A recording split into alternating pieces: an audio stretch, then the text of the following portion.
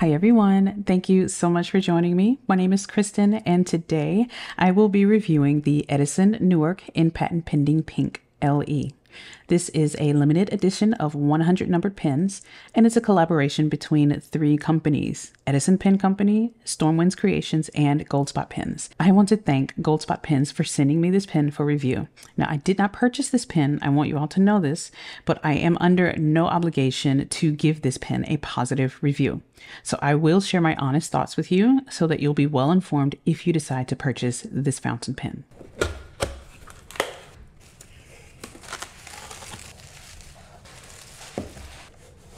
Look at that nice little logo in the corner. I love this little cushioned box. This is the Edison Newark fountain pen in the patent pending pink. It's a limited edition fountain pen. Oh, it's nice. It's like this. It's such a fun color. Look at that. It's actually not as bright as I thought it would be. It's a little bit more muted, but it's still bold. Before we go any further into reviewing this pen, I want to let you know that I already have another Edison fountain pen in my collection, and it's a very nice writer. I was first introduced to the Edison Pen Company by Daisy Doodles here on YouTube, and her very positive review of her fountain pen and the Edison Pen Company gave me the courage to try my very first pen from this brand. Now fast forward to the present day, here I am with a second Edison fountain pen, and spoiler alert, it's pretty good. So here are some details about the pen. This again is the Edison Newark in patent pending pink LE or limited edition. This Newark model is exclusive to Goldspot pens. It is 137.4 millimeters long when capped. When uncapped, it is 129.7 millimeters. And when you post the pen, it is 149.7 millimeters. It's 18 grams posted with ink in the converter, and it's only 12 grams unposted with ink in the converter. This patent pending pink resin includes highlighter hues. It's very bright.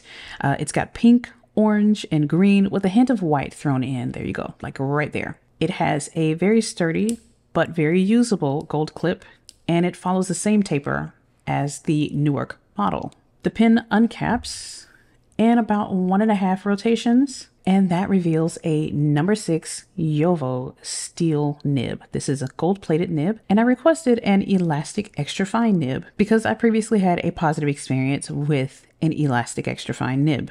I have to say that I am so glad that Goldspot Pens labels these nibs as elastic and not flex, because while there is bounce, it does not flex or provide the same type of line variation that I would expect out of flex nibs. So let's move ahead and do some size comparisons with this fountain pen. So here we have the Sailor Pro Gear Slim Dragon Palace, Esterbrook JR Bellezza, Bennu Talisman True Unicorn, Edison Newark Patent Pending Pink, Pilot Metropolitan Turquoise Dots, Twisby Eco Black, Lamy Safari Mango, Montegrappa Elmo Marshmallow, Pilot Custom 74 in Shareholders Brown, Edison Premier Dragoness. So many of these fountain pens are pretty much around the same height.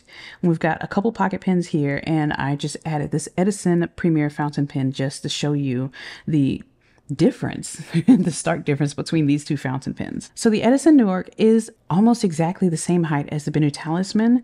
It is much more narrow than the Bennu. In terms of width, it's more along the lines of the Esterbrook JR, the Sailor Pro Gear Slim, and the Pilot Metropolitan. So let's take a look at these uncapped. Okay, so now that I have uncapped these pens, the height differences are a little bit different. The Edison Newark is about the same height as the Lamy Safari. It's also about the same height as the previously much taller Edison Premier. And now I want to show the Edison Newark posted with just a handful of these fountain pens. This is the Sailor Pro Gear Slim, Esterbrook JR, the Edison Newark, Pilot Metropolitan, and the Pilot Custom 74. The interesting thing is that the Esterbrook JR is shorter when it's capped, but the Edison Newark is shorter when it's posted. Okay, so let's do a writing sample with the Edison Newark on 52 GSM Tomoe River paper. This is Tomoegawa Tomoe River paper.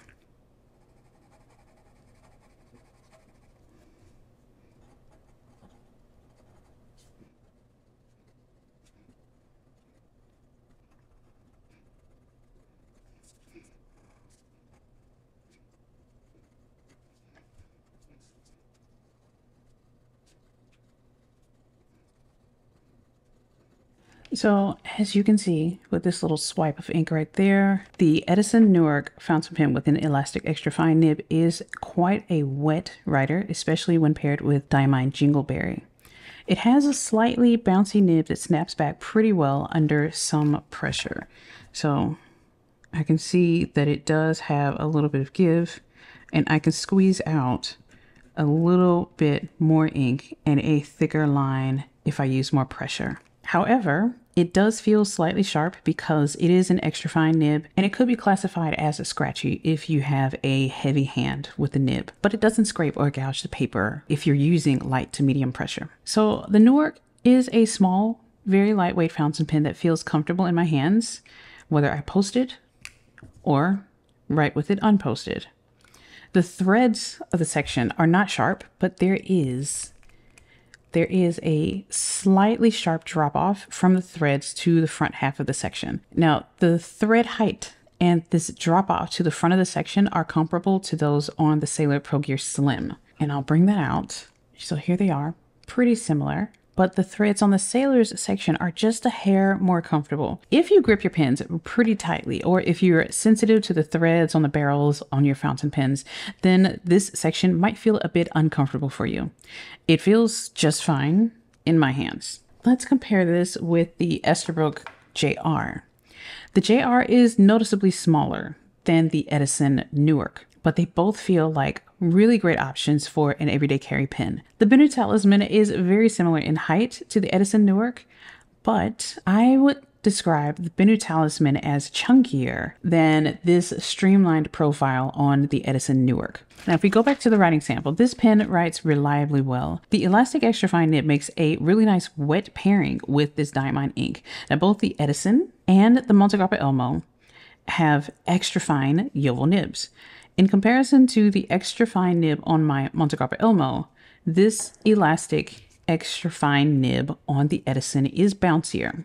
It writes thicker lines, yes, and it has more feedback. So in general, I'm a big fan of Jowo steel nibs, and this elastic extra fine nib on the Edison Newark is a really good one. Now, the resin for this fountain pen really does remind me of the colors of your typical highlighter markers, but they're not as fluorescent as I was expecting. It's just a notch below, like painfully bright, like someone turned down the exposure on all of the colors in this pen. The cool tone yellow that I expected to see in the resin, according to Goldspot's photos, is actually green in person. So all of these spots here, I thought they were going to be yellow, but they are actually green here. It's a soft, warm, but still lime green. The pink in the resin is translucent, so I can see the nib right there. I can see the threads. I can even see areas where there were splotches of ink that splashed inside the cap of the pen. There's also an area down here where I can see the converter inside the body of the pen. That is translucent, but all of the other colors in this pen appear to be opaque. With all that being said, I can say that this is a really nice fountain pen. Now, I love the streamlined look and the feel of the Newark. This is really nice. Even if it's too long to be classified as a pocket pen, the lightness still makes it a great everyday carry fountain pen. Edison's Jowo nibs are really reliable writers, and you can swap out any Jowo nib unit if you just want to switch things up. Thanks again to Goldspot for sending this pen for review. I hope you all enjoyed the video. Let me know what you think about the Edison Newark fountain pen and what your experiences have been with both Goldspot pens and Edison pens. Thank you so much for watching, and I hope you have a great day. I'll see you in the next video. Bye-bye.